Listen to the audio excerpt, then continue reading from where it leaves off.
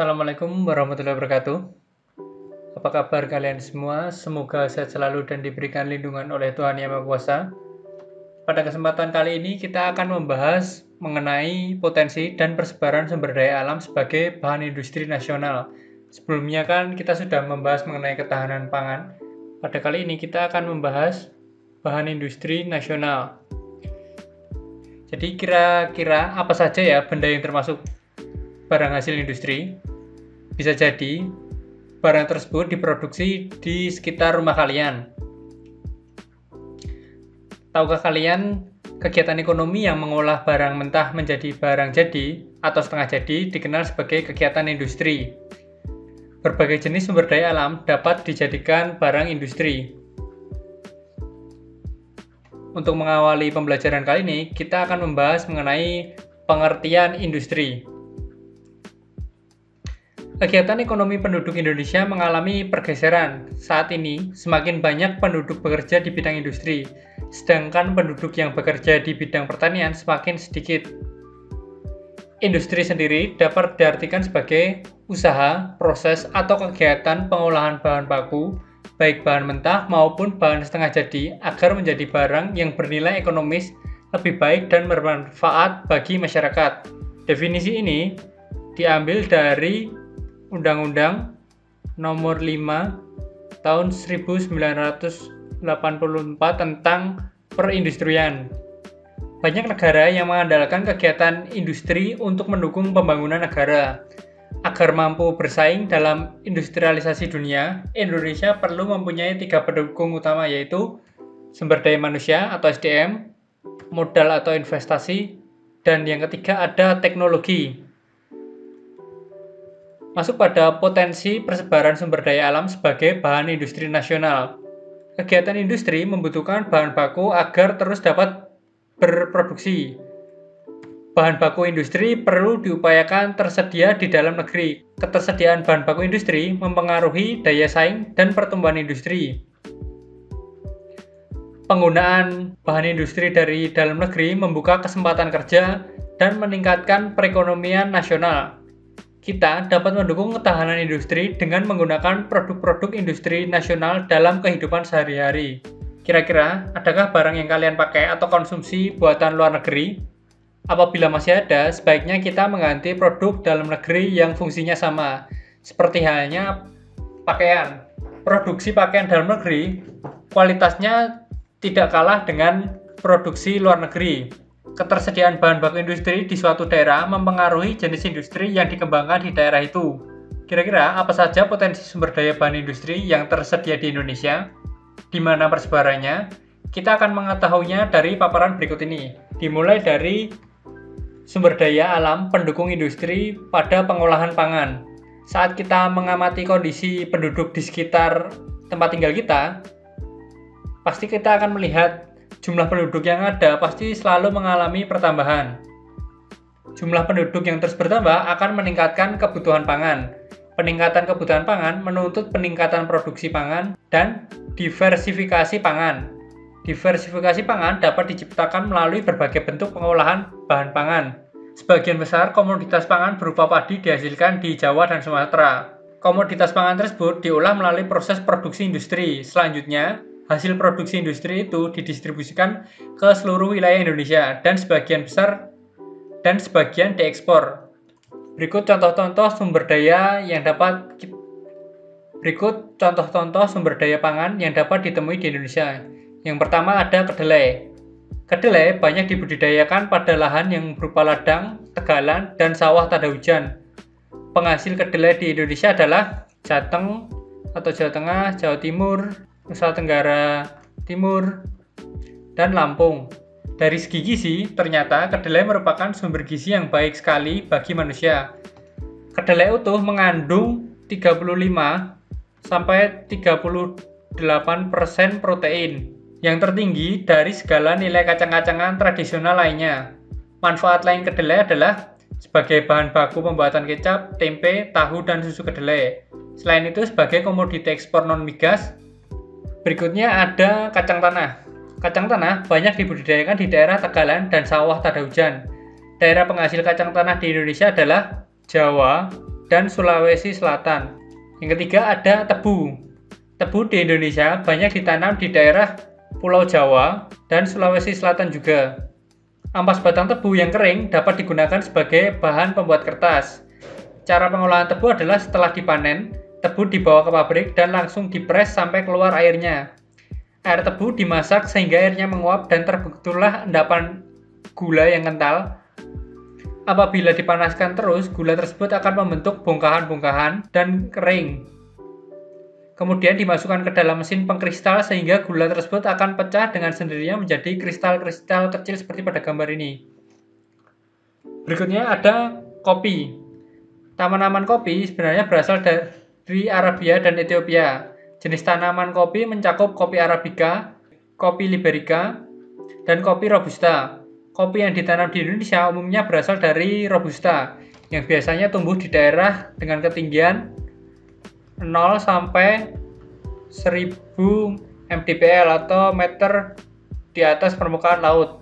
Perkebunan kopi terdapat di daerah Jawa Timur, Jawa Barat, Jawa Tengah, Palembang, Minahasa, dan Toraja. Saat ini luas perkebunan kopi di Indonesia mencapai kurang lebih 1 juta hektar. Setiap tahun Indonesia mengekspor sekitar 370.000 ton. Dan berikutnya ada teh. Tanaman teh ditanam pertama kali di Indonesia pada tahun 1828 di Bogor yang dibawa oleh Jacobson. Daerah persebaran teh di Indonesia meliputi Sukabumi, Garut, Wonosobo, Ambarawa, Bengkulu, Pematang, Siantar, dan Sumatera Barat. Indonesia merencanakan 80% hasil teh dipasarkan ke luar negeri dan sisanya untuk keperluan dalam negeri. Daerah pemasaran teh ialah Singapura, Pakistan, Australia, Amerika Serikat, Inggris, Belanda, dan Jerman. Contoh terakhir ada kakao. Biji kakao adalah bahan utama pembuatan bubuk kakao atau coklat. Biasanya bubuk kakao dicampurkan ke dalam pembuatan kue, es krim, makanan ringan, susu, dan lain sebagainya. Daerah penghasil coklat di Indonesia terdapat di Jawa Tengah, seperti Semarang dan Pekalongan, Jawa Timur, Sulawesi, Maluku, Nusa Tenggara, dan Papua. Itu tadi contoh sumber daya alam pendukung industri pengolahan pangan. Berikutnya masuk pada sumber daya alam pendukung industri kehutanan.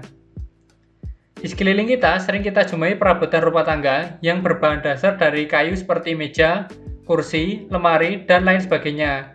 Indonesia memiliki iklim tropis kaya akan tanaman berbatang besar seperti jati, mahoni, akasia, dan sebagainya. Berikut ini contoh sumber daya kehutanan berupa kayu dan non-kayu. Yang pertama ada jati.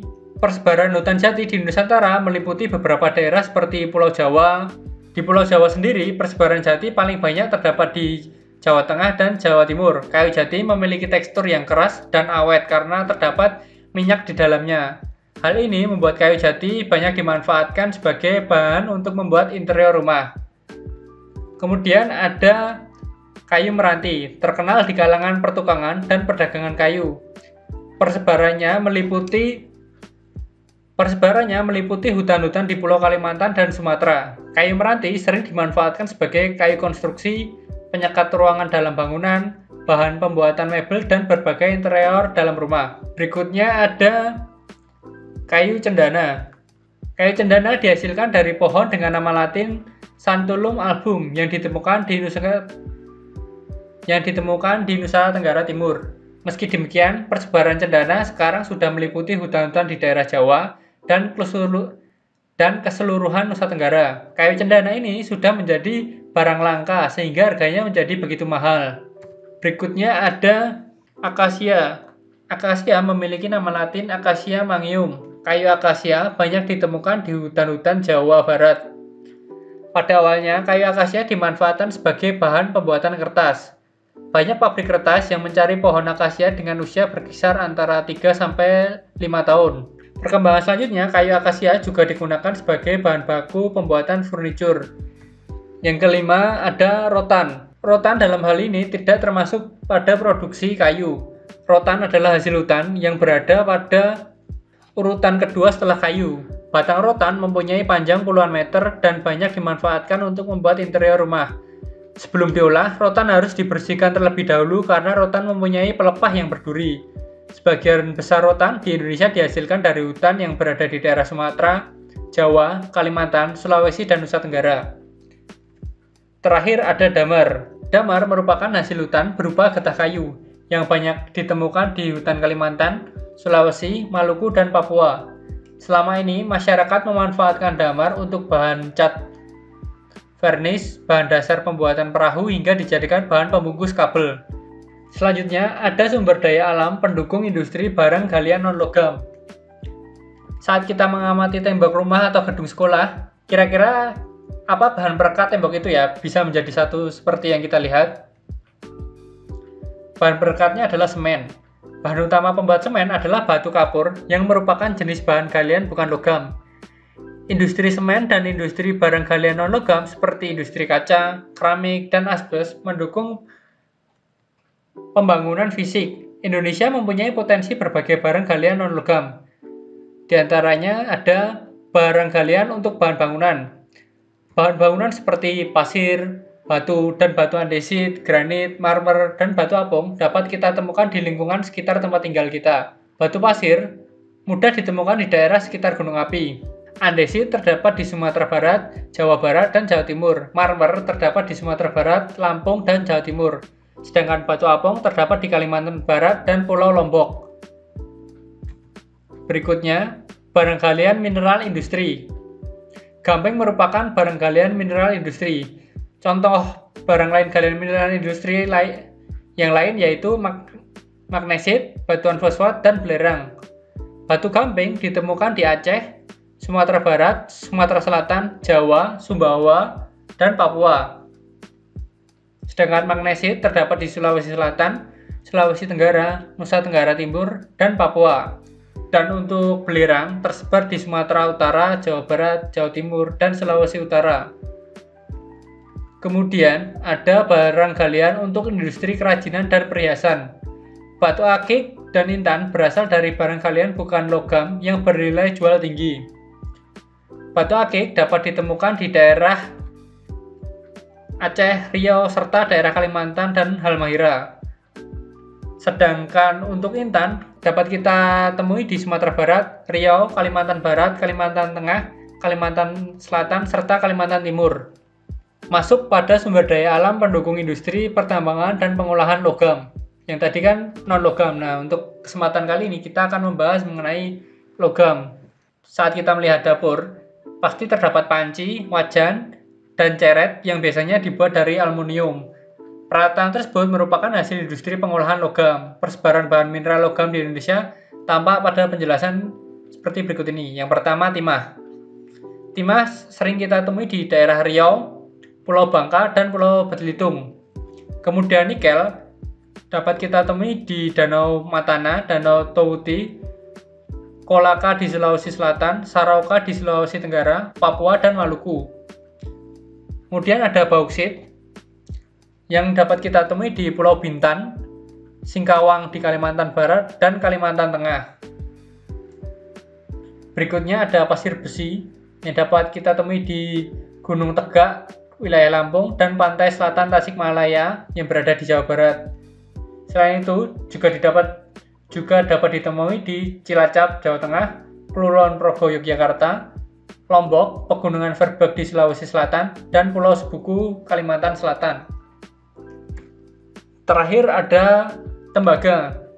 Tembaga dapat kita temui di Cikotok, yaitu daerah Banten Selatan, Tirtomoyo, daerah Jawa Tengah, Sangkarapi di daerah Sulawesi Selatan, serta Tembagapura dan Kompara di Papua.